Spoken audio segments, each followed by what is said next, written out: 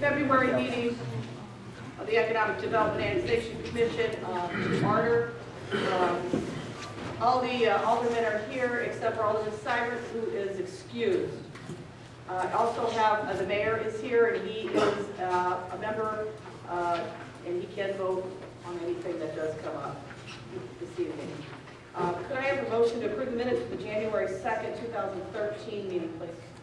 So moved, Madam Chair. Second. Motion by Alderman Anderson, second by Alderman Hart. Any further discussion? All those in favor? Aye. Opposed? Motion carries. Generally, we introduce a guest, but that would be a little cumbersome this evening, so if you would, if you're going to get up and speak, I'd like to just say who you are, okay? I guess we could, as the committee, though, go through and we could tell you who we are. That might, if you're not familiar, I'm Dorothy Meyer. I'm the chairman of the committee, Alderman Ward 2. Phil Elmore, Alderman Ward 7. Phil Silsby, Alderman Ward 5. Jim Musgrove, Alderman Ward 8. Dean Hart, Alderman Ward 4. Ken Kinsella, Alderman Ward 1. Rob Anderson, Ward 3. Thank you. That's committee. Okay, at this time, I'm going to open it up for public participation. Come to the microphone, state your name and anything you'd like to say. Alderman Schneider, Ward 7 at large. How can we have any questions if we don't know anything about? I'm going to open it up, and if we're going to be able to. We'll be able to. If we have time later after we're done, then I'll open it up for specifics. Right now, I just want any general things that anybody'd like to offer for the good of the So the public will be able to speak then too, not only the aldermen. As long as certainly as we have time. Okay, thank you. I'm sorry, I should have mentioned that. So nobody has anything they want to put forth now? Well, somebody might have an idea. It's on the agenda as public participation. That's the way we usually do it. Sorry, you don't agree with that. Okay, we're going to start off with discussion and a possible motion to expand the facade improvement district. Eric, please.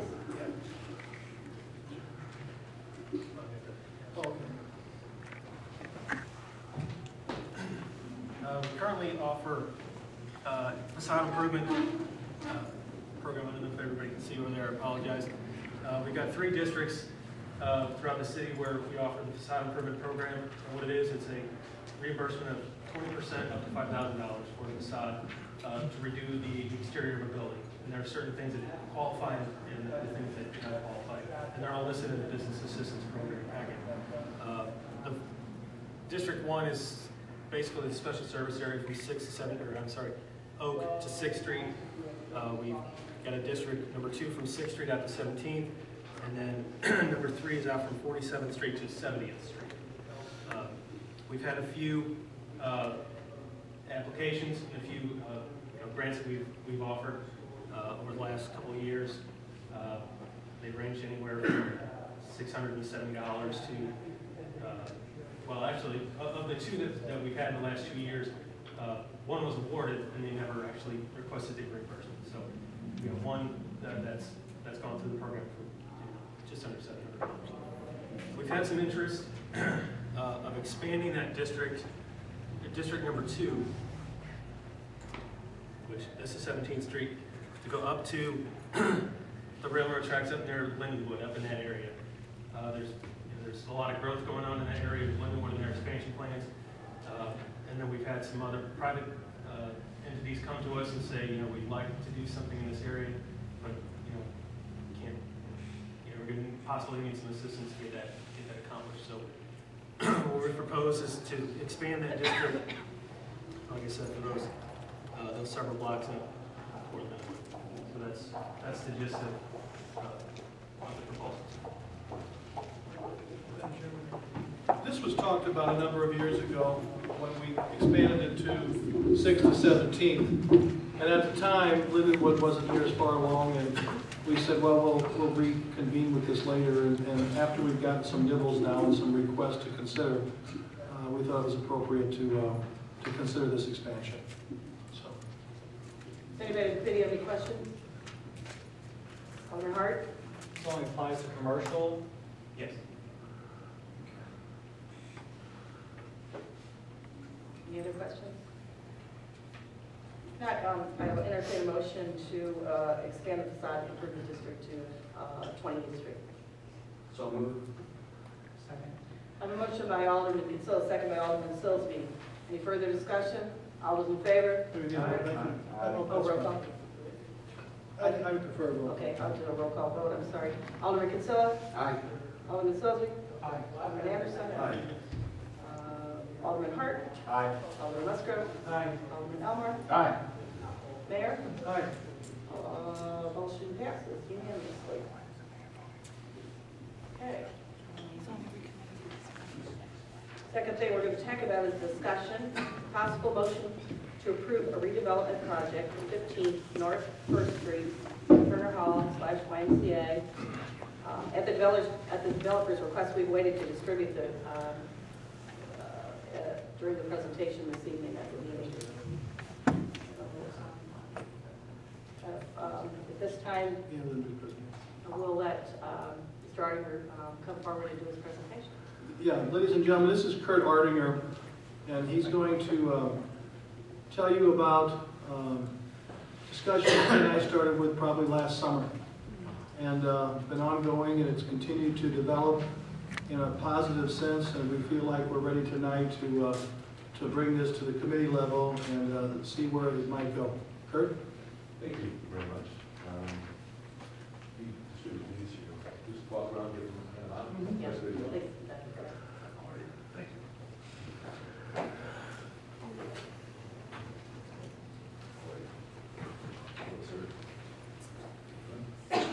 Point of order, Dorothy, can I ask you a question, Mr. Chairman? Can we have on here a possible motion?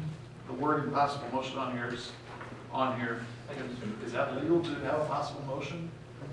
Because it might not move We forward. may or may not. Attorney said it was okay. We're indicating ahead of time that we're, we believe it's possible the committee will want to move it forward. It could be there's more discussion to be had. So it's not a guarantee. You may say, I guess we could say a motion, but then we could table it.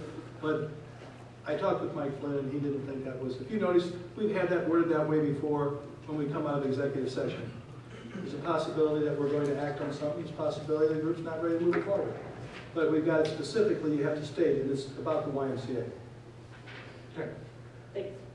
Well, thank you all. First, I'd like to thank the mayor, Eric, and Emily for all their help and assistance in trying to get this project together. I first approached the mayor, like you said, this summer, and my company is based out of Swansea, Illinois right now, and I've been looking to relocate it. And lifelong resident of Belleville. I grew up on Auburn Street. My grandfather started a small jewelry store back in 1944 in the commercial building.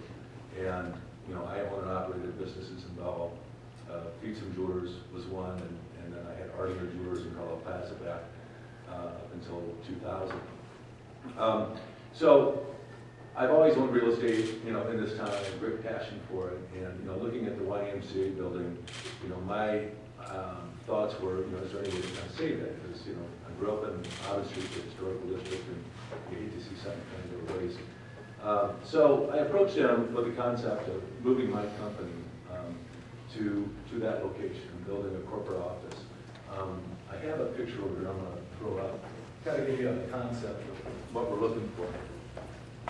You have permission to move these out? Absolutely.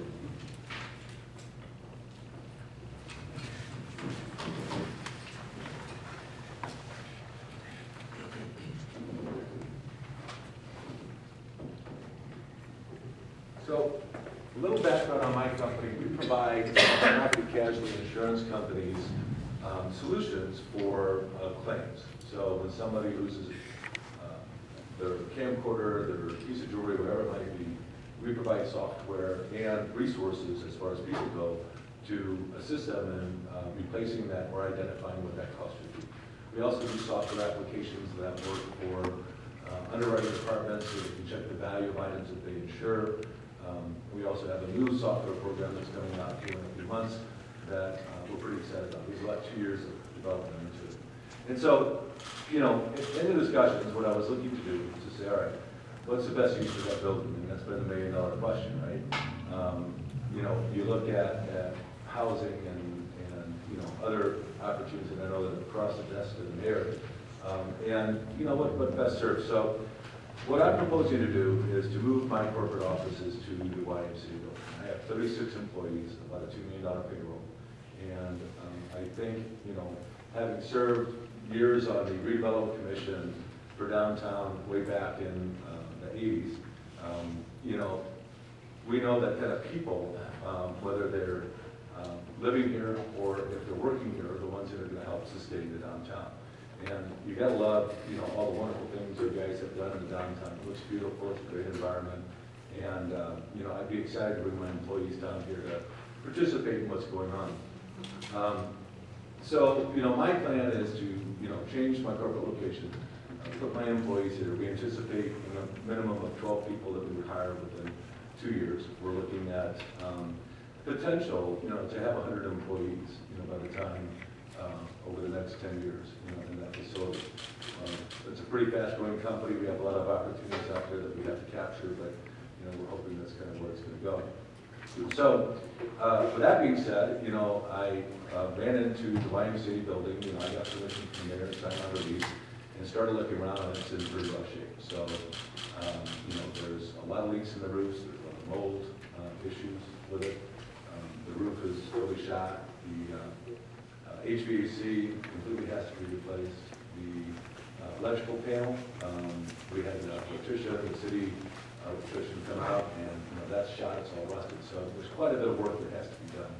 And you know, unfortunately, you know, when you look at a project like this, you know, you have to be mindful, you know, of what the expenses would be. And when we started tallying the numbers, you know, it started to exceed the amount that I think, you know, is what the value of the building would be. And, you know, also what is the debt service that my company can afford to cover, you know, to move the employees in here. So with that being said, we started talking about how maybe the city could, you know, help on this project. And, you know, while it's never easy to go up and ask for taxpayer dollars to do a project, I kind of think this might have some value. The first phase, like I said, was to move my company here. The second phase of the project is starting out as an entrepreneur. There wasn't a lot of opportunities for me to learn. You kind of got to hit and miss a little bit, and then I started a little bit later in life. And I've been really impressed with the work that Jim Alsop has done in his entrepreneur programs in high school and colleges. And I would love to be able to put an entrepreneur incubator program in the building as well. And that would be on the offices at front First Street. You could devote about a little over 5,000 square feet to this incubator program. And the way an incubator program works is it takes somebody with a really good idea, and there's a committee that looks at their business plan, and they can say, approve that business plan. And they would get free rent, and usually they get some money, you know, to help on the initial start cost. There are mentors around that can help them develop their business model and get it ready for the next stage, which would be probably another additional round of funding. But the goal is, you know, being a Belleville guy, I'm still very passionate about, you know, the downtown and creation of jobs. You know, the entrepreneurs would move out of one building downtown. The requirement, if they participate in the program, would be to lease additional space in the downtown once they outgrow that incubator. Okay? So it takes a lot of cooperation in the incubator program from not only, you know, like the city and the Chamber of Commerce, but the colleges, the businesses, you know, have to participate as well. So while it's a project, and you know, I am more than willing to pursue, I've made initial contacts with quite a few people about the potential. There really is nothing on the Illinois side. There's some very successful incubator programs on the Missouri side, and unfortunately, it doesn't appear that any of the Illinois folks are going over there to participate in the incubator programs, so we're not getting much over here from Missouri. So that's kind of a second phase. The one thing I can tell you is there's no guarantee that that incubator program is going to work, okay? And I say that from a perspective that, you know, I will apply resources, I will apply time, I will try and get everything I can to get the group together, but it's going to take a concerted effort between quite a few individuals to make it successful. What you don't want to do is start an incubator program where you give them space and you turn them on their own, and then they falter. So it needs cultivating and mentoring all the way through that process. So, you know, I'd be willing to set that space aside for several years, you know, while we work on that program. Hopefully, that wouldn't take near that long. But, you know, that would be part of the agreement, you know, that we would make sure that we put every effort in working with the city and with the Chamber of Commerce to get that program implemented. So, my proposal to you is, you know, the project would need some help. It's a pretty bad shape.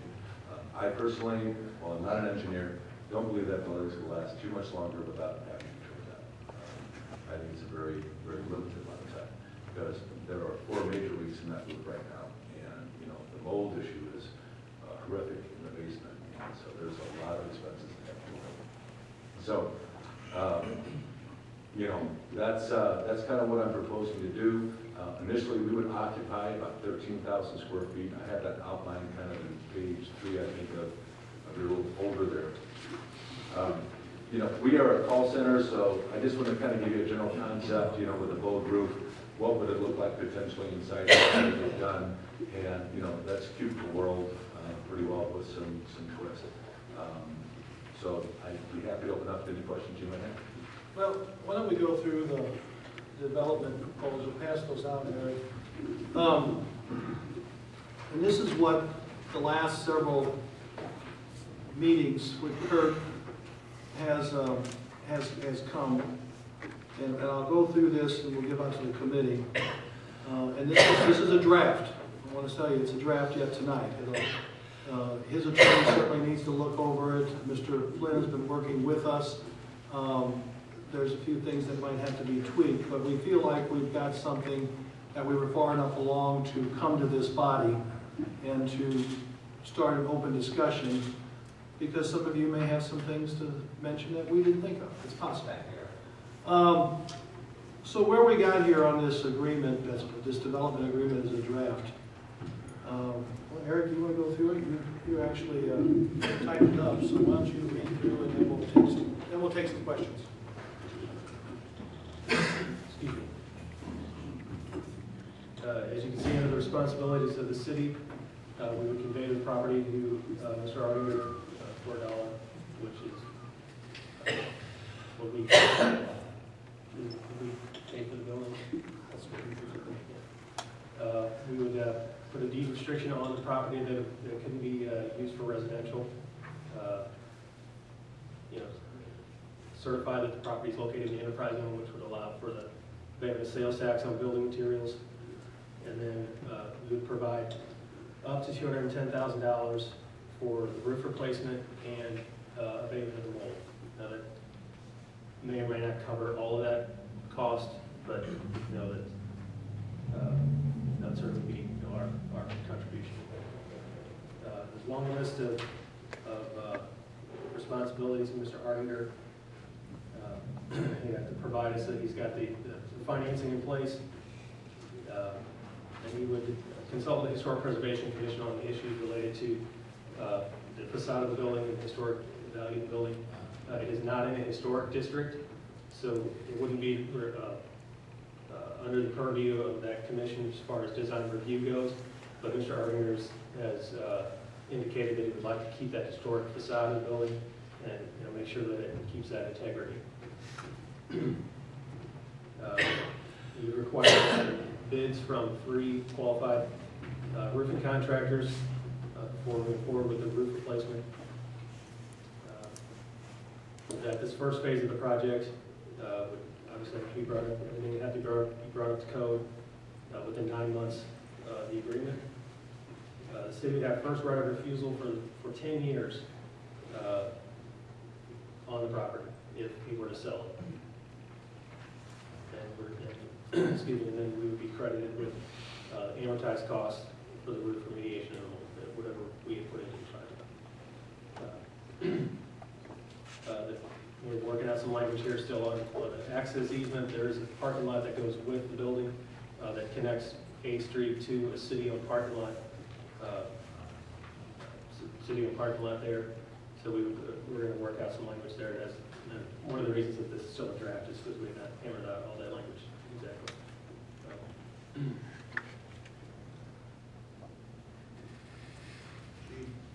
Yeah. He would have to invest a minimum $500,000 for that first phase for the remodeling within the 9 months.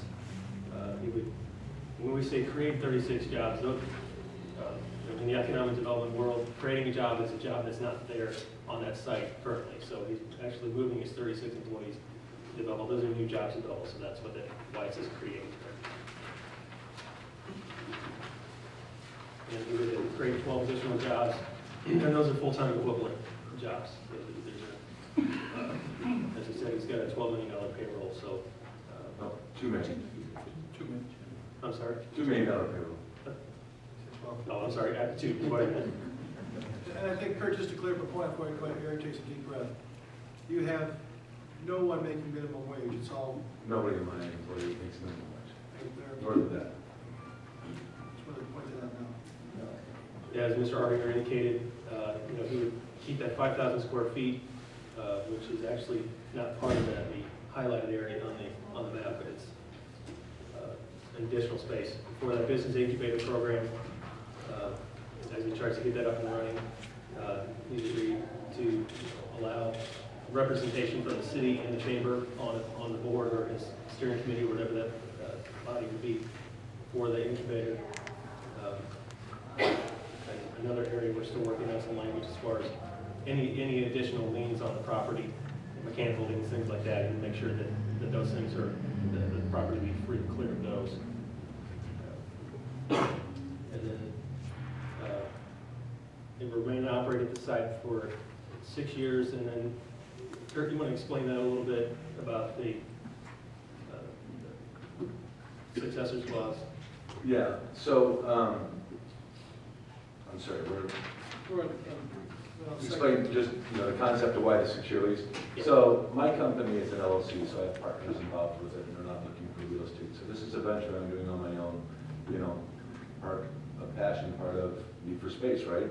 So I would guarantee that my company would sign a secure lease, to employ, at the facility for the minimum of 6 years with a 3-year option. So more than likely 9 years. The reason why I really like this space is because as you're looking at a company, my partners would prefer to rent. But, when you're looking at the expansion mode that we're going to try and hit over the next several years, finding space that you can grow in is very difficult, especially in the Belleville area. And I've got, offers to go to other cities and things with people that have some lower cost space, but, really my passion's going to Belleville, I'm a Belleville guy. So we'd like to try and do something here first. So, I can, as a CEO, I can certainly sign a lease, but I can't guarantee that the company's going to be there, at any certain amount of time, or myself personally, because it will be the company that really brings the value to the proposal. It says he should not assign this agreement to any other person or entity or organization without the agreement of the city. So if he transfers the ownership of the building or of the company or the organization that will have own the property, that we would have to agree to that settlement, because all of our development agreements are transferable. So for example, if someone puts in a retail operation and that company is going to move, as long as another retail operation comes in to that same spot, that it's transferable that way. So just to give you a little explanation on that. That's the base of the agreement right there. So if there's any questions, yes. It says here that the minimum amount to be invested is $500,000. However, we've heard over many months that this cost should be much higher than that to get this property up to snuff. And so I'm wanting to know, did you actually have contractors go through and confirm that $500,000 is going to get this property up to code? Well, the phase one's going to be probably more like $800,000 total, so we have my investment minimum of $200, and then the city's participation, I'm sorry, $500, the city's participation of $210. So I actually happen to have the right business model to minimize the expense.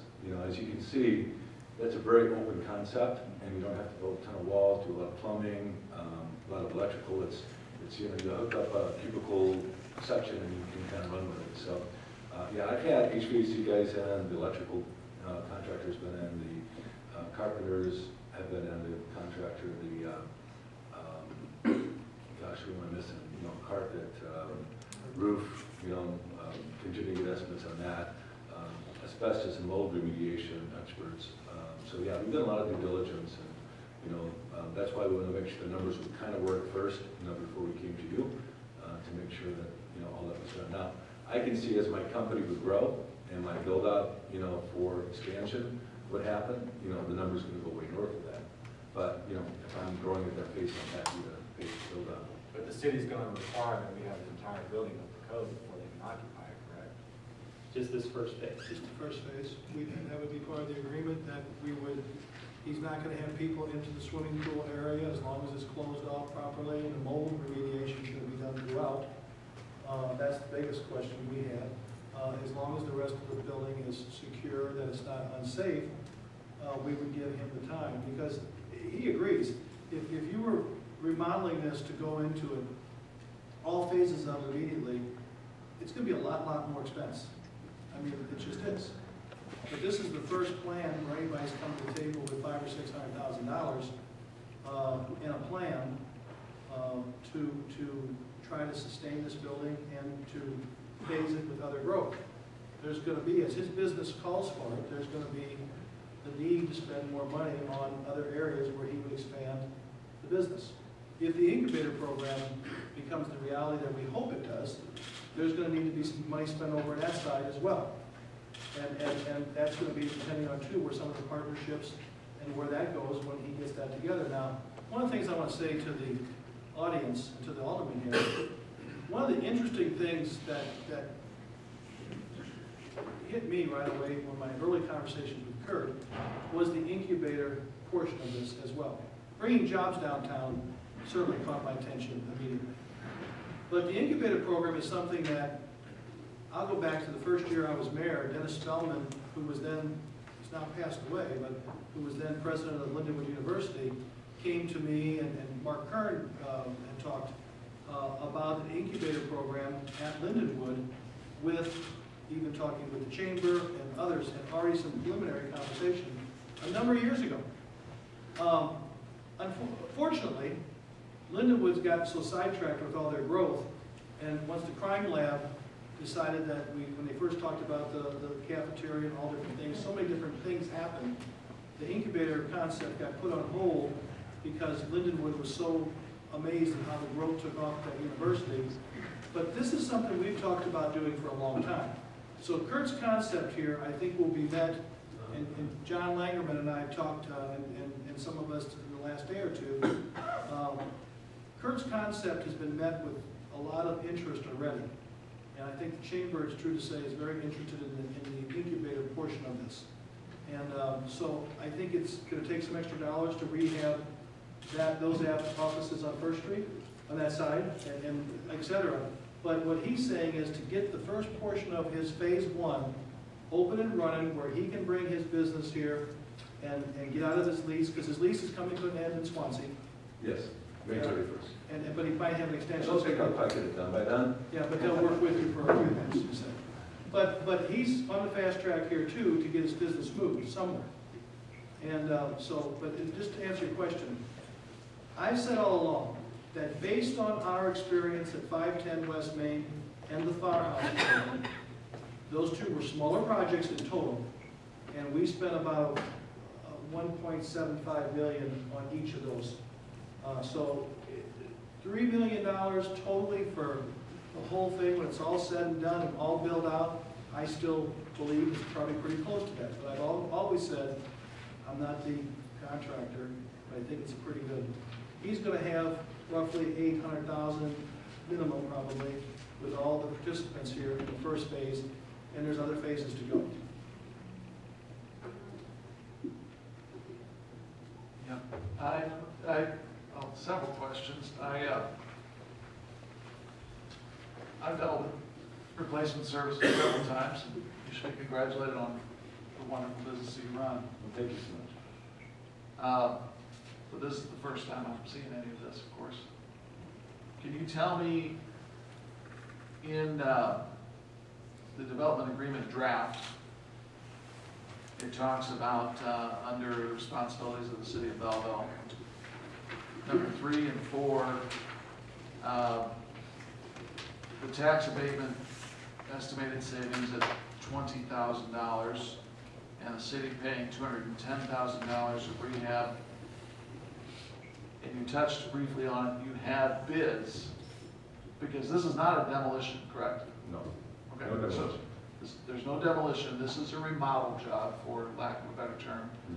You have bids saying that the roof can be done for $210,000. Yes. And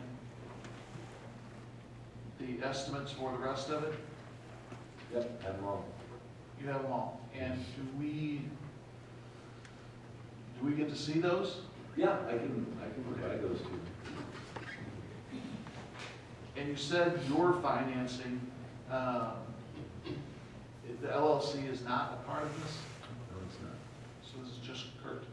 Well, I will put an entity together, I don't know if it's gonna be an LLC, it could be a trust or whatever, but as far as the ownership goes. But yeah, that's me, pretty well. You have no other individual financial backing? Your financial backing is through banks, savings, loans, mortgage companies? Well, no, the bank would be a participant, yes.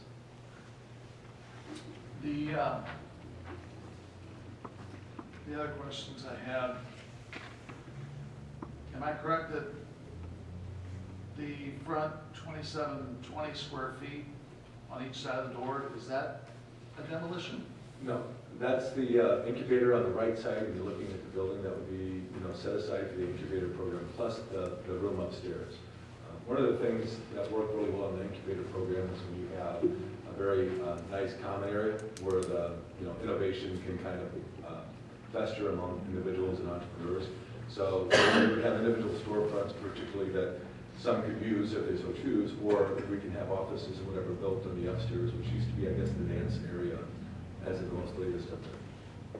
So it's about 5,700 square feet total, I think, upstairs and downstairs on that right side. So the yellow highlighted cutout of the front doorway, That's for phase one. that's for phase one, that's going to be remodeled, and these two sides, Are not going to be remodeled, not in phase one. But we'll start on those. Those actually, thank goodness, are the least amount of work, that needs to be done. They're not in global shape. The real issues come into some of the area that's on the northwest part of the building has really got some bad issues, and then, the basement has got a lot of remediation that has to be done. Virtually every big piece of drywall down there, and the ceiling has to come down and get thrown away. So that's part of the demolition, just to get rid of the mold. The flooring in the gym now is warped and rippled in like 8, 10-foot sections in 3 different areas. So that all has to be replaced as well. And again, the electric and everything else. So we're looking at the foyer, the main gymnasium area is going to be our phase one, and that's what we do first. And the other one's really, the walls are in pretty good shape. It needs new ceiling tiles and the electric be up to code. So those will go relatively soon. and the incubator programs that you mentioned in Missouri. You've been on site, you've studied them, you've analyzed them. Yeah, I've had discussions with several people, about incubators, and we're pretty familiar with them. And so, What's a incubator program in Missouri called? T-Rex. T-Rex? Yeah. Like the dinosaur? Yeah, like a dinosaur. So you can research it from there. It's a very successful program. And it's pretty interesting how they do it as well. They actually have what they call arch grants. And so a lot of the major companies have put in $50,000 a piece. And what they do is when they select somebody to participate in the T-Rex program in St. Louis, then they actually grant them $50,000. So it's just a grant from this fund. And, they get in there. It's pretty intense, mentoring, making sure the business plan, the model, getting them started. Once they graduate from that, in a certain time period, then they get a second round of financing of $50,000, but then that's for an equity position. So people who put the money in that fund, then all have a participation into that business. So the successful keys are mentors. You've got to have people that have been there, done that, and people that have been successful in business to be able to guide these people with the questions and issues that may come up. You also need to be able to have continuing a manager on site, for these people from the day-to-day operation side. You have to have participation from the colleges and corporations to make it all successful. So, that's where, I believe that there's enough interest, and everybody I've talked to has said, God, there's such a need for it on this side, because we have nothing. In comparison, St. Louis has got quite a few incubator programs, and, you know, they're all about innovation, about technology, whatever, I mean, biomedical, whatever it might be, they have an incubator for that. So there might be 24 of them total in St. Louis, you know. A lot of them are funded through, in some part, by Washington University and St. Louis University as well. And the business at hand is renting space from you to run their training and incubating programs. Yeah, it's not, I don't know that, you know, how the rent structure would work, you know. I promise you this is not a moneymaker from my side, you know, because it would be a pretty inexpensive rent, you know, even if I do get that, you know. So that's not what this is really about for me. I'm more, you know, having gone from a startup and a company was just an idea.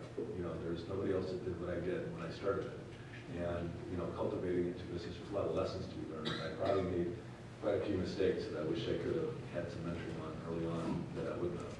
And, you know, like I say, I'm very impressed with what Jim Olson has done. And I think, you know, to give something back, you know, obviously to me, you know, what's fair for the city? I get a place to put my business, I can grow it, that's great, but, you know, where's the payback?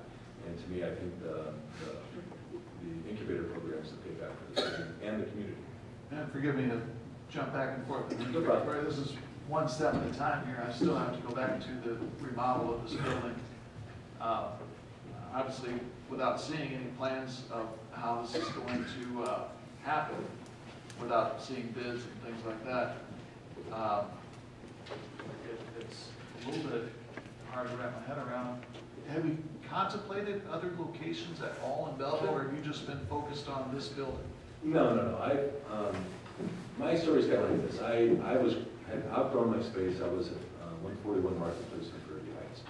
And when I first thought, I started looking at space. And again, if you think about scaling and how you're going to take 36 to 50 to 70 to 100 employees without having a huge expense on, you know, a large amount of lease, or what would even be available to lease, I really didn't want to buy. That was not my intention. My intention was to find some space to lease. And I pretty well, you know, worked with several people in real estate that are pretty familiar with that stuff. We went and looked at everything, and you know, I could find some spaces between 8,000 and 10,000, which services my needs now, but it doesn't take care of me 2 or 3 years down the road. So then I'm dealing with another short-term lease, and we have to move again. So you know, this was purely a you know, being a Belleville guy, you look at this and say, okay, how can I bring, you know, some value to the city? How can that building bring value to my company? And you know, the reason why I'm kind of on a fast track is because if this isn't in theory going to work, you know, for the city, then I need to know, and you know, I'll look elsewhere. So, because just to open the doors and get up to code, as Alderman Hart mentioned, almost 350,000. 350,000. Just for the roof and mold remediation and asbestos removal. So it's going to be a lot more than that to get the doors open. About 800,000 to get the doors open. I mean, you can build a lot of building for $800,000 from scratch. Well, yeah, but then you've got that building. You're not going to build one for growth. You know, I mean, if you look at the buildings are typically, you know, with commercial real estate, you're $100 a foot, right? So for 800,000 and 8,000 square feet, well, I've almost outgrown that now. So.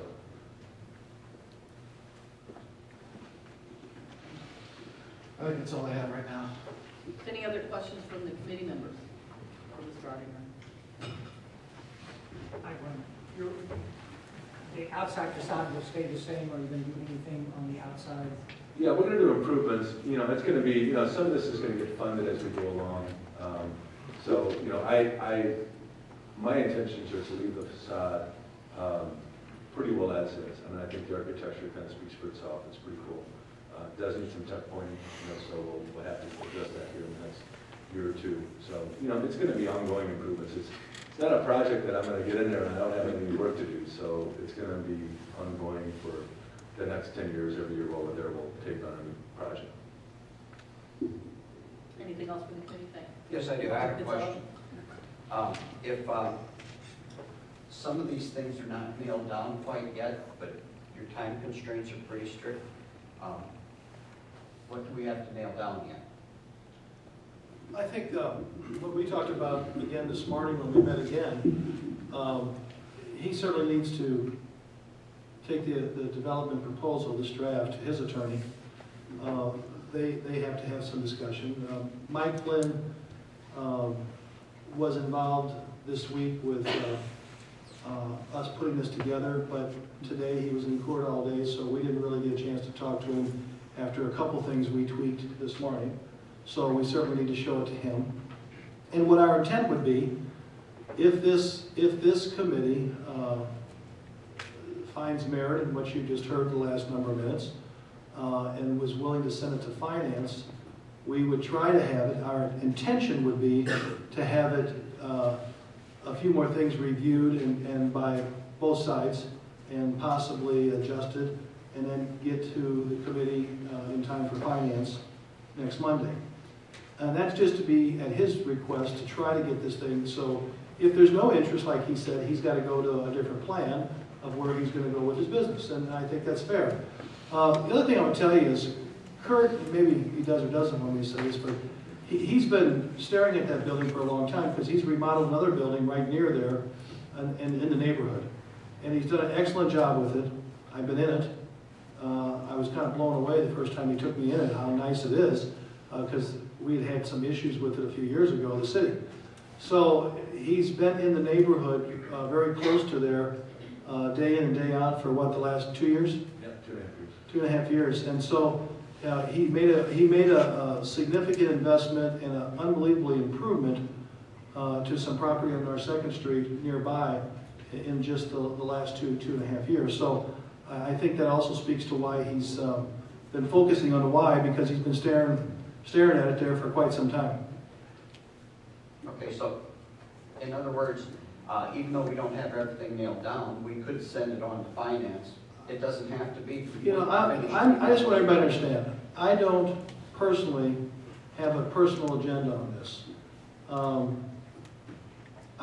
The more I talked with Kurt, the more I believe there was a viable opportunity here, more so than other ones, because he is talking about, he has already talked to bank or lender who will work with him, and so he's going to come up with that $500,000 or $600,000 that's pledged in this first phase on his behalf, if the city council would so decide. He's also explained, and I think satisfied staff, that there's a lot more work to do there, but it would have to be phased.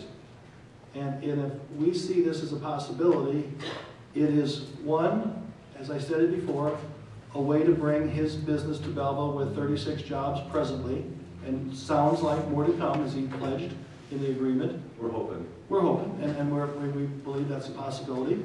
2, it would save, it is truly a project that would save, for those who have been interested in saving this structure, it would save it from potential demolition, because as he said, and as we all agree, if it continues to sit there with nothing done, it is worsening. No two ways about it. And so, but this is and then when he talked about the incubator program as a possibility, it struck another nerve with us, because it's something we've been wanting to nurture or develop here in the city between the chamber and Lindenwood, and he's even had a very preliminary conversation with somebody at maybe St. Louis U, and so there's possibilities that this thing could really do what he envisions and what we've envisioned a couple years ago. So this is the first phase of what will be several phases to get this whole building turned around. But if there's an interest on the part, now let me say this part here. Another factor that went through staff's discussion in the last several weeks. He contacted, we gave him the name of the person who does our asbestos and mold remediation. And that company went over there with him and looked at it much closer. Now they went in there for me, I don't know, Jenny took them in there probably 3 or 4 years ago to kind of get a handle on what we were possibly dealing with. And at that time we didn't, you know, it wasn't a priority, it was getting other projects done and everything, and we didn't touch it. But I think it's safe to say, Kurt, that asbestos and abatement of mold is a minimum, and if we were tearing it down, probably greater than $150,000. I think that number would be accurate. I don't know on the demolition that you would need to have any special thing for the mold, Okay. if you're going to shut it down. But the asbestos, one of the things we're looking at is, we're able to actually take an old boiler room that has a heavy concentration of asbestos and just seal it off, because we don't need it anymore, we won't be using the boiler room. So, we can cut quite a bit of cost there on the asbestos remediation. The mold, for us to stay, after we, take all those walls down, it all has to be treated. That's a couple bucks a foot, just to treat that with an agent, biology agent. So yeah, I would say that. And we just, based on some previous experience, Eric and I and housing group have talked, the remediation and the demolition, we believe is somewhere between 300,000, 350. Now it's a guesstimation, but even some of the people that were just shooting from the hip, contractors talking to us, said that could be a very realistic cost. So if the city's facing possibly demolition of 350,000, which might be a high end, but it might be be that, to level that all down, abate the asbestos first, and then level it to just put it in the grass even, versus our participation to bring jobs and to save the building and to have other potential, that's what's really being weighed here. So there is a level of participation, but I think with this project, he's got the most detailed plan we've seen so far. And we're not going to be responsible in the future for insurance and gas and electric and utility, all those types of things. It's not going to be a city-owned building, and it would be back on the tax rolls, which it's never been on the tax rolls in my lifetime. And without going into great particulars, there's probably even a small amount of sales tax that does come back to the city that we didn't even get into that he produces. So there are some benefits there that, that would come back to the taxpayers by putting it back on the tax rolls and saving the building, as well as the historic concern that many of you have shared with us in the last several years. So that's why we're here. I felt that once he came forward with this much thoughtfulness and this much of a plan, that it was coming to the point where we needed to bring it forward. Alderman Owen. Okay, we've just scratched the surface on phase 1. Phase 2 leaves a whole lot of building, and I'm not an engineer, so I don't understand the statement, seal it off because we won't use it anymore. It doesn't make it go away. That was a boiler room, right? So I guess I'm asking 2 questions. With what is left, I guess that's called phase 2, 2, 3, 4, whatever. The asbestos would be completely removed and all mold from the entire building in phase 1, okay? Because there's a liability there. So when I say removed, there's one area in the boiler room that's heavy concentration, okay? I can seal that off according to the Illinois code, all right? Because nobody will ever access that room. And it's about a 20 by, or maybe a 25 by 15 foot size room, okay? Sealing off doesn't make it go away though, right? No, but I don't need to. I don't need to make it go away. It's sealed a form off, of- it's a nobody form ever of is exposed to encapsulation. it. Yeah, Okay. yeah. So I don't have to seal, I would have to seal that off. I wouldn't have to abate the asbestos in that room, and that would save quite a bit of money. But everywhere else, whether it's, the basement, the offices fronting First Street, there's tile issues, there's some other issues that we've identified, that all that's going to be done. So the building is perfectly safe no matter where you go into it in phase 1. I agree. I can't imagine how many issues you're going to run into dealing with. Well, the other thing is that I'm going to have to spend a little money if we get past this and we say, this looks like a pretty viable project, okay? Then I got to spend some money on getting, appraisals done before and after. I've got to have some additional testing done, based on our preliminary estimates. I have to have a proposal that I have to pay for to go to the state of Illinois for the remediation. So, I'm going to incur some expenses. And it still doesn't mean that it's that we don't find some oddball that makes it not going to work, But before I spend, my cash, I'm going to make sure that we have participating members, So that's why we're here. Anything else? Alderman Schneider? I have some. You said, sorry, I have 3 questions. Parking, roof, and for the, whichever where the money comes from. The parking, there will be enough parking spaces in the lot you're talking about on A Street, is it, did you say? Well, it's, you know, First Street is where the property's first domain. You know, there's 20 spots there. I have 36 employees. I spoke to the mayor. They have a program where, you know, on the long-term parking units, you can rent a space on a monthly basis. That would be along the street. No, this would be in that parking spot, I guess it's on 2nd Street and First Street. It's on the north corner there. Is that by where the school thing used, the district school? Across the street from the school board office you're talking about? Yes. Yeah. That's where that is? Yeah. Yeah. So between Between, A and B and North Illinois first. right. Okay. Then my next question is the roof. It's that you'll put a roof over the whole building, even not on the part where you're not using? Or Well, is it yeah. going to be just the new roof on the part that, No, it has to be the whole building because the whole the building, whether moisture, it faces Main yeah, Street? you just or- start that whole mold issue again. So, Okay. but And I guess the mayor or alderman, mayor might have, where's the money going to, which, for, If you would move this forward, Jamie and I talked a little bit, we would propose that it would look at the balance in TIF 1, which is still existing for 2 more years, that the building sits in, and the abutting TIF, of course, is TIF 3. So between those 2 TIFs, we would have to, you know, propose where the money would come from. for both of them? It would be a combination. TIF 1 doesn't have, Well, I mean, it's just questions, it's not. no, I where it's understand. coming from. Yeah, it would come from TIF 1 and 3. And do you think there's enough money in the? Yeah, we well, believe 2, that, 3 has a lot. we believe there's still enough money, but it would also be that, you know, as we plan now with the budget, we'd have to just make sure that, you know, although this would come out this year, and we have not spent all the TIF money that was allocated for this year. There's been some projects that didn't fly, that didn't go yet. So, And then if he expands, what would we do for parking? I mean, if he's already, I mean, Kurt, you want to explain what you've, I mean, well, you know, I'm friend with the boys at Continental Collision, and, you know, they have quite a bit of space they don't use. I own the building on 2nd Street, I can put 20 spots there, so, you know, my feeling is I'm gonna have parking for 100 employees within so you really know there's enough parking. one block walking distance, yeah. Okay, I mean, that's always a big question that always comes up. But, you know, it's kind of funny when I travel a lot, like, you know, go to Boston or some of these other areas, and you have to walk like, you know, miles from parking, your designated parking to your job, right? And so it was always funny in Belleville, if you couldn't park right in front, that was an issue, but within one city block, you know, there's probably ample parking for 80 to 100 employees.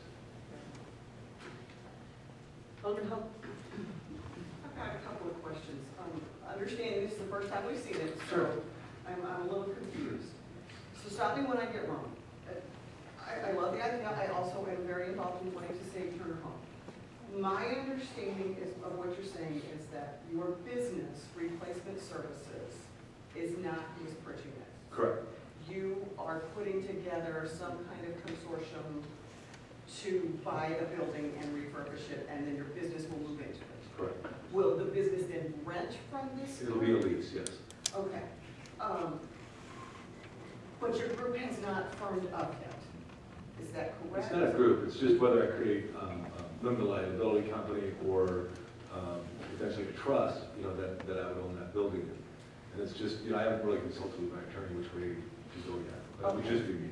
Okay, it's just you getting a bank loan Yes. to put this together. Yes. And is the bank loan totally approved? Well, no, I mean, you know, obviously, you know, it's contingent upon several things. You know, one is, you know, what's the value of the property after all this is done? I mean, you know, even though I'm looking to seek a loan for around $500,000 give or take on the property, if the property isn't appraised for $500,000, the bank's in an upside down position and they wouldn't fund the project, right?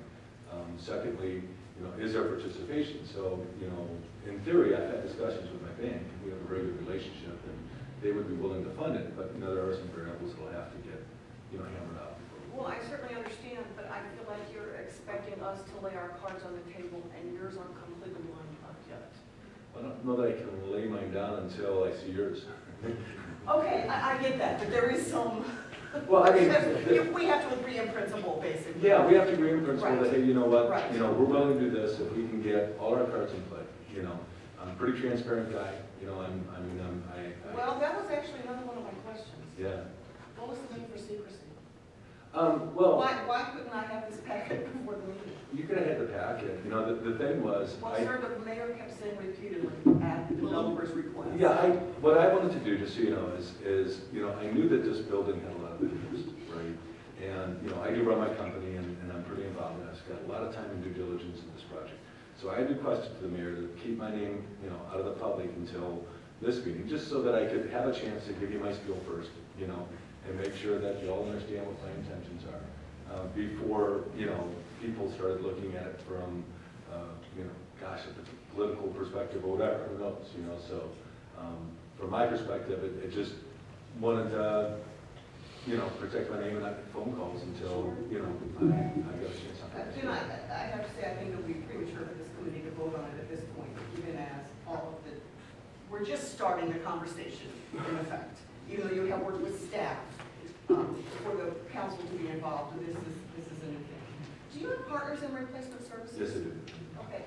I'm gonna ask you a real personal question. Why aren't they on board with you in this and buying the building? Most investors don't want to have real estate when you're investing in a company. So, you know, I went through the whole angel investment, you know, route, and then a little bit more sophisticated investors. And so, what they like is, you know, from a business perspective, is not to be tied on to real estate, because, you know, it truly usually is not a huge, great investment opportunity, you know, if you're investing in the business. And so, the only reason why this piece of property works for me is because it has a lot of room to grow.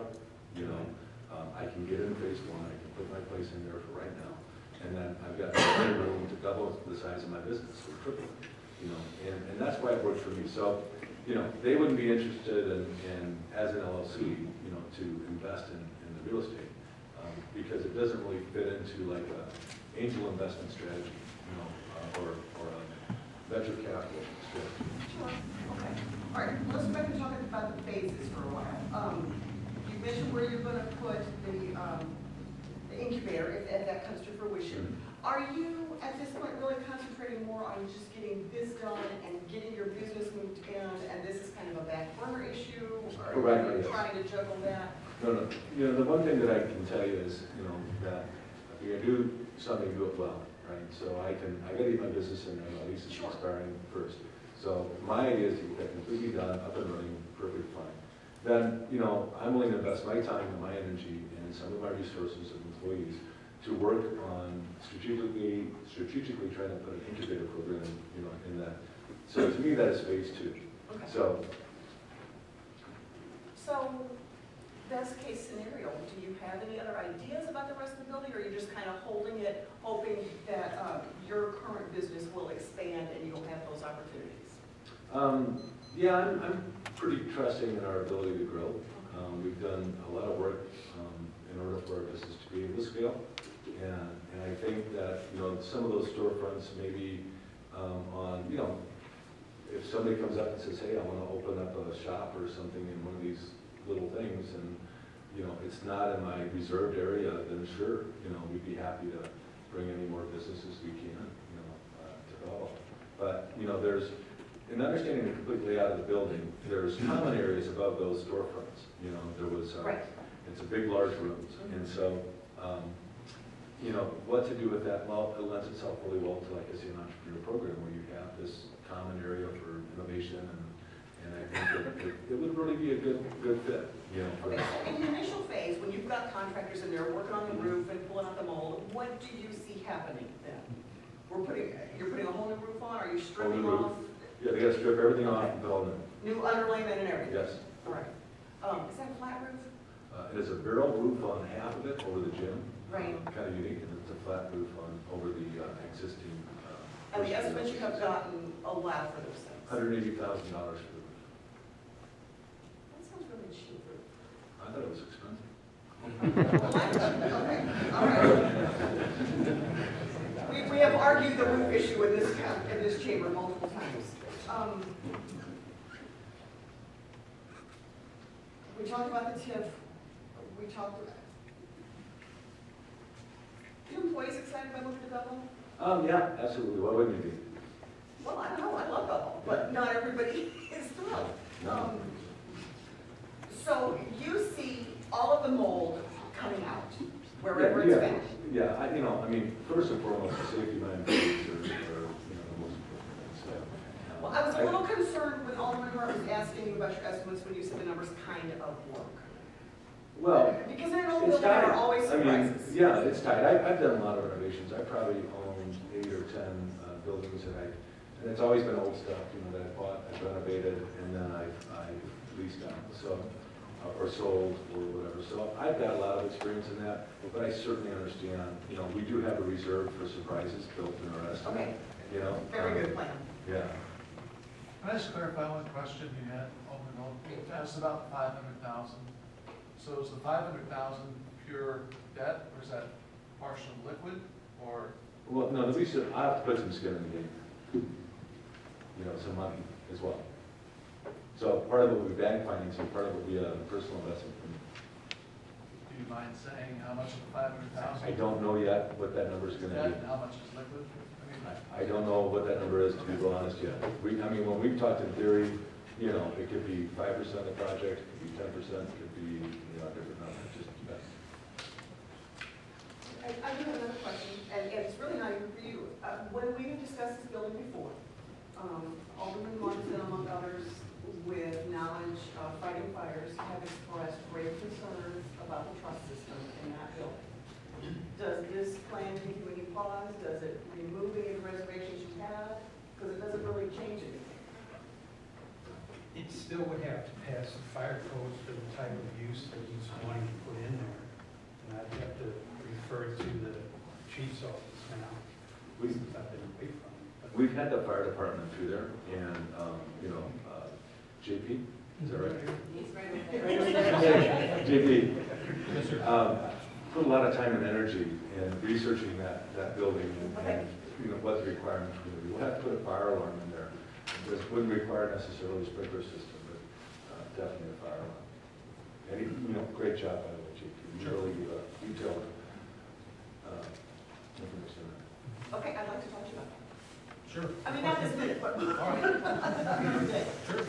Okay, I just have some more questions about time frame. When do you, assuming you get a green light from us that, hey, we're in for at least 210, when do you see everything firming up between your banker and your attorney and actually calling the contractor going, I got the money, let's go? Yeah, it will take for the asbestos remediation, a proposal has to be made. It'll take about a week, okay? That cost to me is about $3,000. And they will come up with a proposal. It takes about a week for the state of Illinois to approve that. And then, we can get, first thing for me is get the roofers out there doing a roof, get the asbestos guy out there removing the asbestos so that it's a good work environment. Because I can't really have anybody in until the asbestos is removed, just because of everything shaking and moving. So those are the two first things. So, it's going to take 3 weeks, but I mean, I'm not one to mess around. I'm going to, get right at it. So. Okay, I'm very encouraged by your statement that you'll talk to the Belleville Historic Society about this. Yeah, I grew up on Auburn Street, so I'm very familiar with that. I understand that, but I did leave the last meeting of the Historical Society early last time, and I had not heard your name or this project mentioned. So, we're good? I mean, you will keep your word. If you change anything on the outside, you still intend to talk to the society first? Oh, the only immediate change I'm going to have to do is take care of the windows that are, the old crank-up roll windows that are facing the west side. So those have to be addressed initially. And other than that, I'm painting, reglazing, leaving it as it is for right now. So. Are you leaving the part that says Turner Hall then? I'm sorry? Are you leaving the part that says Turner Hall on the building? No, leave it on. I mean, I'm not here to reinvent the wheel. I think it's a beautiful building. I think it has a lot of potential, and I want to keep it as close to the original look as I can. Obviously they've already replaced a bunch of windows in that second story, so I will keep the same look of those windows in that back. But there'll be a double pane. How many bathrooms are you expecting to have for your employees? So, yeah, they've already ran that through the plumbing estimate. So in phase one, I think there's 3 for the ladies, and I think there's 2 for the men plus a urinal, so that's sufficient. I mean, I see it says new restrooms in this area, and the plumbing's underneath. Yeah, it's ADA compliant, and so we've already had the plumbers up there, and they've sat with the plumbing inspector, and, you know, we've pretty well got all the parties together for a meeting, so that, you know, the electrician knew exactly what, you know, the requirements were right there, and, you know, the plumber and the HVAC guys. Do you expect to have a receptionist in that foyer area? We expect it to be pretty well locked down, so we're going to have, in phase 1, you're going to have a wand or a security badge to have access to the building. So. Thank you. Is that all? Yes, sir. Okay. Any other Alderman Hayden? Thank you, Mr. Chairman. Mr. Chairman, just a few questions and recap, so I want to make sure I understand this correctly. I know it's in TIF 1. TIF 1, last I recall, would not have satisfactory funds. No, it's got to 2014, end of 2014, and then a payment will go through 1 more year. So, yeah, but it abuts TIF 3, and that's the what rest would come from today's the grant. rest will come from. Okay.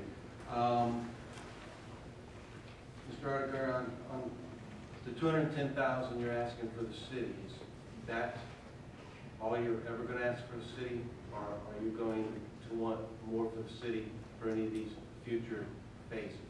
I have no plans on going back to the city for additional funds. It doesn't say never, but I mean, you know, first and foremost, my business is taken care of, it's up and running, and it's fun. You know, if I outgrow that space, that's a wonderful thing, and I don't think I have any issues in affording to do my own build out. So I just want to make sure in your plans right now that I have no plans on that. the phases don't include other phases that would involve public money. Yes, sir. The 10-year, Madam Chairman, in the proposal there, right of refusal, can I ask, where did that come from? Is there any significant reason of why it was 10? The only reason I'm throwing that out there, Mr. Arger, is that there's people out here in the public, people within the Historical Society, people on this city council, that there's a lot of emotional attachment to that building. So if it's not that big of an issue to you, then why couldn't it be changed instead of 10 years to,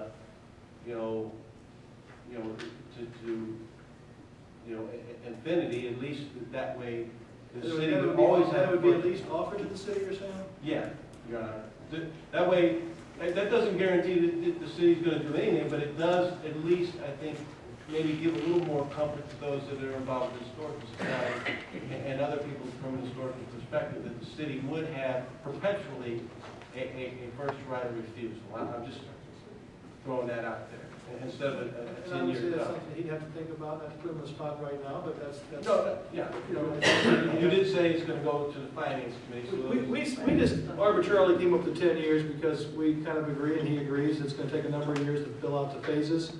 And you know, I guess if there's going to be any real bumps in the road, you're going to have in the early years probably, and we just thought, but I hear what you're saying, and he can just think about that and get back with us on that. And we are going to take this to the Finance Committee, that's correct. I think it's got to go to finance for all the details to be fine-tuned. I think we have a draft here tonight, but in fairness to him, because you've heard his explanation of his time frame he's trying to work under.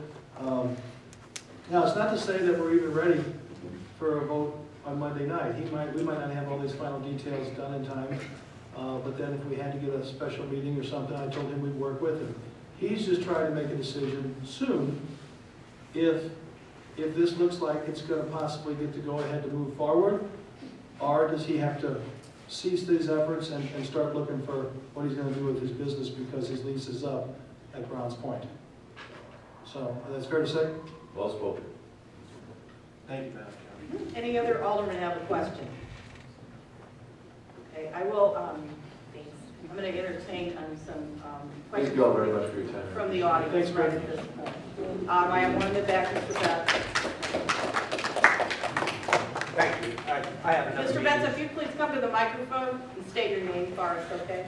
Just for the minute keeper. Thanks. My name is Larry Betts, President of Belleville Historical Society. and I have another meeting to go to, that's why I'm sorry. I shouted in there.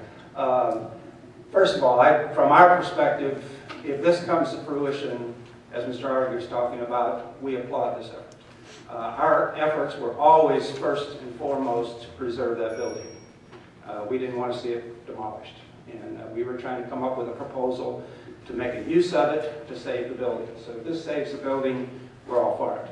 There's a couple of questions I would like to ask. One is kind of addressed by Mr. Hayden, in that if Mr. Artiger defaults on this building at any time, does it revert back to the city?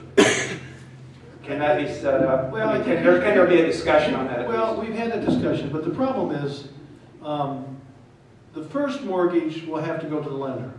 Now, we can set this up where the city has a second mortgage for a period of time, especially with the investment of the potentially with the investment of the $210,000. You know, that could be a backup. We put the first right of refusal with some what do you call it, Eric?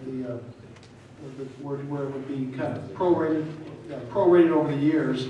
If he would come to us in the 9th year and say, I'm exiting here, and the roof's got 9 years on it already, we understand there's 9 years of wear on the roof, we'd have to prorate that. But we try to put some things in there, but understand, with him having to, he's admitting he's going to have some money of his, he's going to have a lender, the lender's going to automatically get the mortgage. So if for some terrible reason his business struggles, it's going to go to the lender. But we got in here, we got the proposal about the deed restriction that, it can't just be turned over to apartments or something of that nature without, there's some zoning issues we have to go through anyway downtown, but anyway, and we put in there that we'd have the first right of refusal, so the city would at least have the chance, and community leaders would have a chance to say, look, hey, we're in a better position today, we really want to, what they've done is wonderful, we want to secure that building, and we want to buy it. So, I can't give you, and I don't think he can give you from our conversations, any better of a guarantee, because a lender's going to get the first mortgage. But we're working on that language, and we've got several different things in here now that try to protect the city's interest. But it's a gamble. It's a gamble. And now, the only thing we know for sure is, as you know, and you've been to my office many times to talk about it, it's just that up till now, no one's had the specific money or plans, and the long-range plans, to really propel this into, specifics. There was a lot of thought that, the city should, some of the proposals that came to us were that the city would participate at a much greater level, ongoing. And that was our fear, that was my fear, that we couldn't get into something that was going to be our ongoing saga. This is very specific. There's $210,000 that he can put towards the roof and the mold, or however he sees, towards that initial couple things he's got to get done. And then he's on his own. But from what we've seen so far, and I said it from the beginning, I was never opposed to any efforts trying to save this building. We tried. We advertised it, and we talked to people about a potential hotel, about lofts. Well, we talked about lofts, but we talked about businesses, storefronts. We talked about a host of things, but it didn't pan out. Then the economy dipped something terrible, as you know, in September 2008. And in the last few years, it's just been to now where we can get somebody back to the table to look at a lot of projects. So I think it's an interesting one. He and I have had many conversations. I was very hesitant at first. My first conversation with him was, oh, Kurt, I don't think you want to, but he continued to pursue a dialogue with me on a regular basis, and the more he showed his due diligence that he was doing, the more I became convinced that he was serious, and so we got into much more serious conversations. But I understand that there's a risk with everything. And this would be a risk, but he's got a big risk. Our biggest decision will be, if we do nothing, somewhere in the next year or so, probably to tear the building down. And we do know somewhere between $300,000 and $400,000 will cost the taxpayers to demolish it and put it in grass. If we decide to put it in parking, it'll cost more money than that. Okay, I have a couple specific questions. The two most significant historical aspects of the building are the facade. You've already addressed that you would keep the facade as original. The other thing is the gymnasium is the largest Turner Hall gymnasium in the world. We have it right here in Belleville. I'm concerned about if the gymnasium will be saved, if the racquetball courts will be taken out. There's a stage at one end. That part of the facility, I would be interested in knowing if that's going to be irreparably damaged by your... We can kind of see from the, span that we're looking for the open concept. I don't anticipate anything that could damage it from ever being restored back to condition. All right, those are the questions. Thank you. Thank you, Mr. Betts. Alderman Schneider had one more thing. Yes, on the tax rate, $20,000, it could go more than that. And can I ask you, are you planning on, if possible, getting your stuff from the city of Belleville, or will it be, I'm not allowed to ask that? You can ask it, but here's the thing, because of the state enterprise laws, we can't mandate it. We can't make him. There's nothing we can put in a clause that says he has to, because this is the state of Illinois enterprise rules, and they're pretty open. I mean, he knows our feelings, and you've heard him express tonight that he's very big on Belleville. Yeah, and I understand that. But we talked about it, but we can't put that in the specific agreement. And like the roofers and the heating and cooling? I can tell you the people he's talked to me about so far have been Belleville contractors that he's getting estimates Am I for. allowed to ask? Well, it might be a little premature on that. But because, we haven't finished all the... Bids and that? Well, I have a round one, but, I'm going to probably go to round two. So, I mentioned I understand, the Belleville's got students, they get a building, and I know it's a liability for you guys, because you have to do something with it. Regardless, yes. Regardless. So, I look at that, it's like, okay, so you got a lot of space for a dollar. This is a lot of money to put into it. I get that too. I also understand, do you remember the yellow and black Boost Belleville and the shot Belleville first? I grew up in that, so, my intention would not be to go on the side of Belleville, but I may have to for some things. Oh, I understand that, because we may not have what you need, or Whatever, so, I know just that, ask. yeah, so, I'm a fan. I'd like to do as much as I can, but I can't promise to. Because your jewelry shop was not in the commercial, or the building where Krusty's was, it was a building behind there No, that's it used torn to be a out. Kresge building, my But it was a grandfather. thing added on, like? No, in the old Kresge building where the elevator was, my grandpa had a little shop on the left-hand side where he cleaned watches. And then he got pretty successful, so he had 3 floors of that same space where he had watchmakers and some of his jewelry. Then there used to be a glass facade in the rear of the Kresge building. Okay, I was gonna say, there And was it in something that glass, added. Yeah, Or exactly. the, Yeah. Okay, thanks. Mr. Brown? Yeah, couple questions. Could you come to the microphone and state your name first, please, for the tape? Thank you. Yeah, Rick Brown. Couple questions. Do you have a sales tax resale number? Yes. You do. How much actual sales tax got turned into Swansea in the last year? About 800,000. Of actual sales tax of products you sold? Yes. Okay, so there will be some sales tax.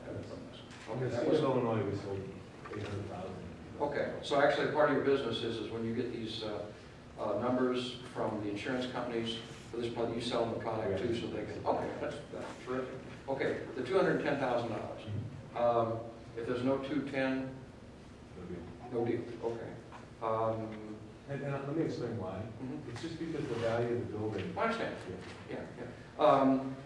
Is there actually going to be a lien, for sure, a second lien on the building itself?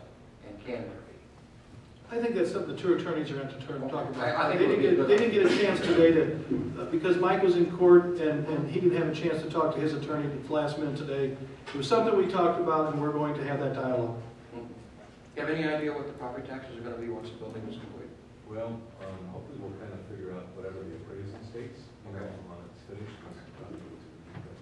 But, my guess is going to be somewhere $600,000-700,000 in the value of the building after we put 800 into it. Right. So, I would hopefully be taxing 700. All right. That's it. Thank you. Does anybody else have anything?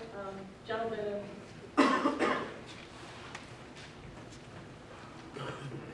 Yes, how you doing? My name is Kevin Pills. I don't usually come to these meetings. I don't consider myself in a loop in Belleville, but I've been trying to be more active in the city because I love Belleville. I grew up here in Belleville. I've been going to school here my whole life. And I went to Union School, Belleville West Junior High School. I went to West High School, and I didn't graduate. I was kicked out of Belleville West with a week left, but it was my own doing. I dug myself in a hole that I couldn't get out of, and I tried to use some paperwork, and the principal said, no, Mr. Peels, I'm not going to take any more of your excuses. You're out of here. And he tossed me out on my butt. So I told that principal, I said, I'm not gonna let you hold me back. When next time I step into this school, I'm going to be rich. And I'm going to give the whole school a speech about how to get rich. And so that's been my goal, to be rich. But I didn't know how. So I prayed to God. And I said, God, I don't want anything else but to be rich. If you can make me rich, then I'll be fine. So when I was 19, I found a woman and I got married. And I had 3 beautiful children. And I've just been working my whole life. But I've been staying in Belleville. I moved from my father's house to the east end of Belleville, and my kids, they all go to Whiteside School right now, and it's a beautiful thing. But a few years ago, when I turned 25, I found myself searching for happiness because I wasn't rich. And I asked myself what was wrong. So I prayed to God, and I said, what am I doing wrong? I'm working hard. I'm taking care of my kids. I'm paying my bills. Why am I not rich? Well, he said, nothing. So I was like, what's going on? And I asked myself, he said, well, I don't deal in material things. He said, you asked me to be rich. So I gave your wife 3 kids. Be happy for yourself. And I said, okay, so I'm happy. I said, well, how do I get rich here and now? And he said, well, I don't know about that. He said, you have to look inside yourself. And what do you want to do? And so I started doing all these things. I said, well, maybe I should go back to school. Because I already got my I made it a point to get my GED as soon as I didn't finish high school. So. Mr. Peels, I don't mean to cut you off. We have another meeting coming in. Oh, I'm sorry. Okay, well my whole thing. Okay, well my whole thing is, no offense to you, sir. And I believe that you have a great idea.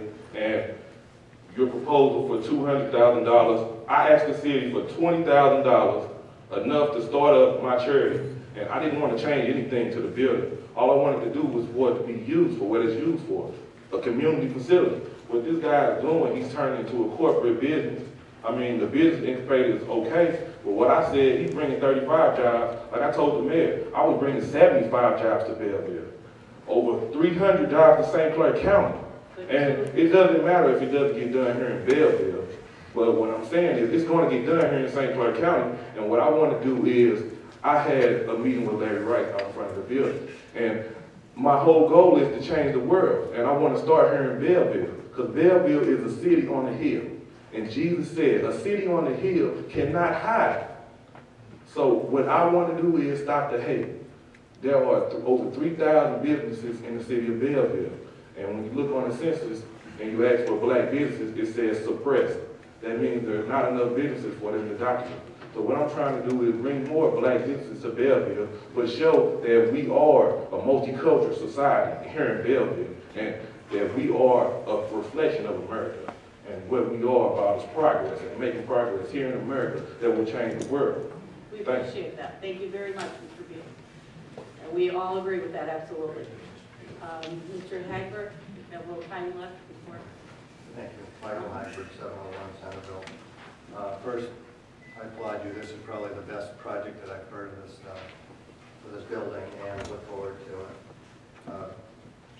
Alderman Gagan answered most of the questions that I was going to ask, but you told him you're not going to be coming back for additional funds on this project? Because the mayor had commented that additional funds would be used to build the incubator. Your funds, okay. Doesn't mean that you're not trying to find a grant or something to help with that project. No, but you won't be coming back for more TIF money.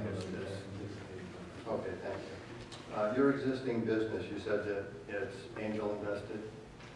Well, I mean, it was early on. It's a 10-year-old business now. Do you own the majority of the stake in that company?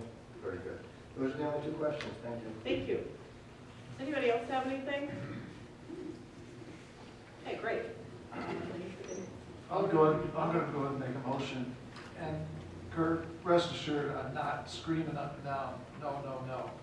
I'm just saying that my motion is this, that in need of seeing some bids, some specs, some estimates, some site plans of your remodel, letters of financial backing. You said you need to consult with your attorney a little bit more. I feel like it would be improper to move to the finance committee yet. It was only Monday night. I doubt if you're gonna have those things back to us by Monday night. Anyway, I would make a motion that we table the entire project until next month, and Mr. Artinger hopefully can come back and we can have some answers to some of the questions that were brought up tonight. So we can see the letters that are now. Some people have talked about this for months. We've gotten to talk about this for less than an hour and 20 minutes. So I just think it would only be responsible to just us to have some more information.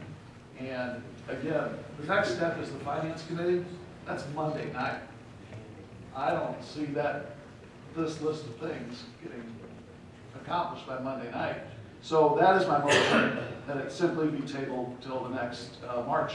Does anyone want to second that motion? I'll second it. We have a motion on the floor. Any further discussion? Mr. Riley, you can address that if you'd like.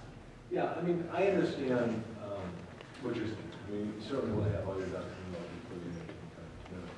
You know, understand that if we were to approve this, all right, wouldn't be $1 of your money spent, you know, until funding was completely approved and everything was done. You know, it seems to be that you have a concern of whether my due diligence on the estimates are accurate.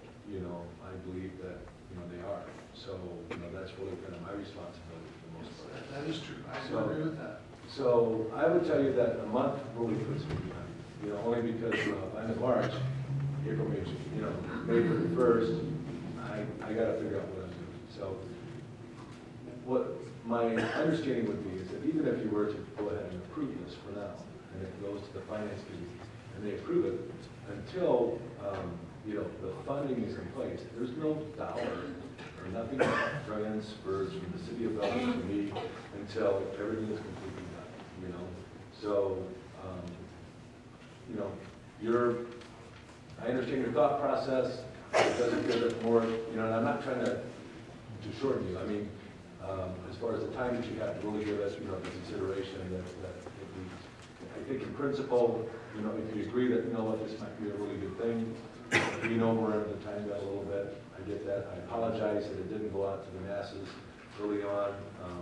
You know, I just felt that given the sensitivity of this project, or this piece of property, that it's best to keep it quiet until, you know, And I can appreciate that. And I don't mean to come off as like I'm second guessing your estimates, but we have to be responsible to the taxpayers for this $210,000. Right. And all I'm saying is, can we just talk about it some more so we can take in as much as staff has gotten to take in over the months when we've only had less than, you know, again, I'm not going to repeat myself. I made a motion. My view on this is that you are putting it back a month. Why can't we move it to finance at that time? If you're not satisfied that he's done his part and brought everything, couldn't you table it at the finance meeting? Why bring it back to this committee when you've pretty much, I think, gotten all, you know, at this point, that your questions answered? And I'm sure Mr. Artinger certainly would be available to answer any other questions that we had. It just seems a little unfair to put it off, to come back to this committee again. Why not present it to the finance committee, which some people are, some aren't, but also everybody has the ability to. I just don't know that he can answer all his questions. Right, I understand that, but I'm saying if you're not satisfied, if we're not, at that time, if the finance committee's not satisfied, certainly won't go on to council. I'm just saying another month seems a little bit, to come back again to this committee for him to bring back some financials. It seems more appropriate actually for what you're asking for to go to the finance committee, but you know, that's my thought on your motion. But there's certainly a motion on the table. Is there any further discussion on that motion? Alderman Casilla. I have no problem with sending it on to finance. I trust finance to be sharpening their pencils on it myself. If it goes to finance, it still has to go before the whole board. Again, a compromise might be to try to find have a separate meeting for this, but we'd still like to get it done by the 18th if possible. And I trust the finance committee. Thank you. Your Honor. And I would agree with that also, that Kurt's been very upfront with us here. He's been very upfront with the staff that he didn't want to come until tonight. He wasn't ready last month because he had more things, due diligence. He admits in front of us here tonight that there's still more due. We said to you when we passed this out, this was a draft. But if we can send this to finance and he can work, and we can also work with him the next few days, there's a possibility most of these items can be cleared up by then. If we have to schedule a special finance meeting, I would say as much as I've heard from many of you about concerns about the YMCA, and now we finally have a viable opportunity to save the building, bring jobs to Belleville, and do a number of things, I would think we ought to be a little bit flexible.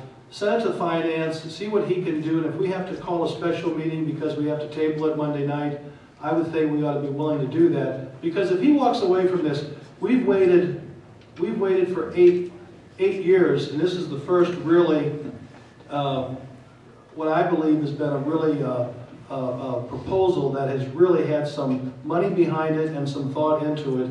And I, like I said, I think we should be really reach out and see. And I told you before, the alternative is that at budget time then, are we ready to put in the budget this year for demolition?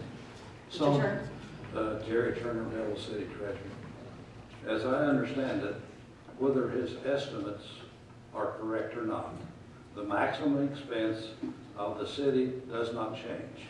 It's $210,000. And so if his estimates are off, it still does not affect the city's expenses. Any further discussion on this motion? We'll take yes vote is to table. Yes vote is to table, and no vote we'll make another motion to send it to finance. At this point, yes vote is to table.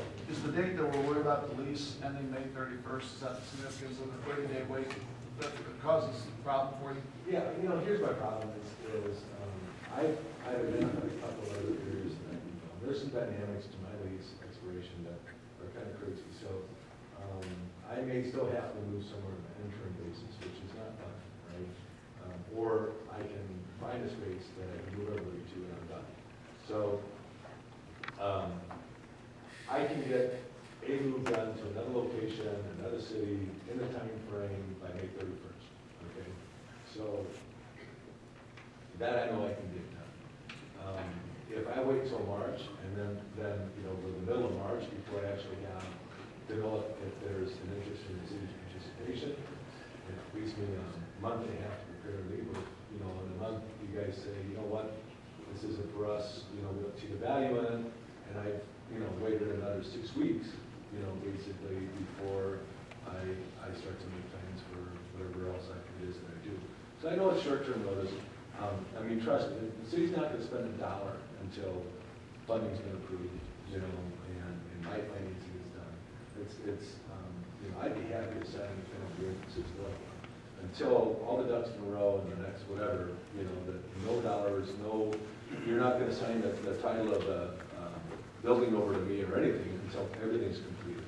I wouldn't want it that way. You wouldn't want it that way. So I don't think there's any risk from that perspective. And I can appreciate not wanting to move twice, certainly. Well, I may have to anyway if I do the YMCA building. If I don't, I'll only have to move. So it's a bigger burden on me to try and stay, to move in that facility. Thank you. Okay, we'll vote on the motion to table. Alderman Kinsella. No. Alderman Sillsby. No. Alderman Anderson. No. Alderman Hart. Aye. Alderman Musgrove. No. Alderman Elmore. Aye. Your Honor. No. Okay, the motion to table has failed. 5-2. Is anyone else willing to make a motion to send it on to finance? I'll make a motion to move this on to finance. A motion by Alderman Silsby, Second? second by Alderman Consilla. Any further discussion? Roll call vote. Alderman Consilla. Yes. Alderman Silsby. Yes. Alderman Anderson. Yes. Alderman Hart. Yes. Alderman Musgrove. Yes. Alderman Elmore. Yes. Your Honor, Yes. unanimous, it goes to Finance. Finance meets Monday, 7 p.m. I request that the city attorney be present for that meeting since there were so many questions that may be referred to him. I'll check the schedule.